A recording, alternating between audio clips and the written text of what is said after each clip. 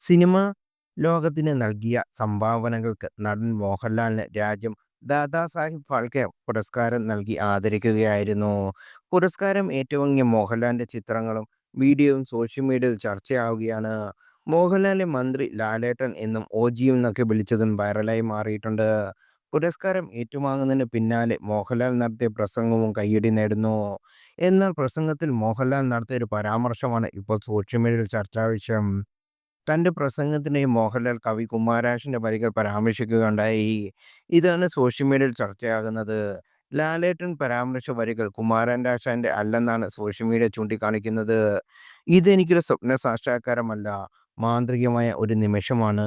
ഈ പുരസ്കാരം എന്റെ ഉത്തരവാദിത്തം കൂട്ടുന്നു. മലയാള സിനിമയിലെ മഹാരഥന്മാർക്കും സിനിമാ ലോകത്തിനും ഈ പുരസ്കാരം സമർപ്പിക്കുന്നു."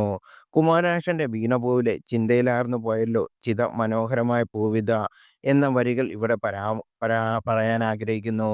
"കൂടുതൽ ഉത്തരവാദിത്തത്തോടെ, അഭിനിവേശത്തോടെ ഞാൻ സിനിമാ പ്രവർത്തനം തുടരും. ഇന്ത്യൻ സർക്കാരിനോടും ജൂറിയോടും നന്ദി അറിയിക്കുന്നു. എന്റെ ആത്മാവിന്റെ സ്പന്ദനമാണ് സിനിമ" എന്നായിരുന്നു മോഹൻലാലിന്റെ പ്രസംഗത്തിലെ പരാമർശം.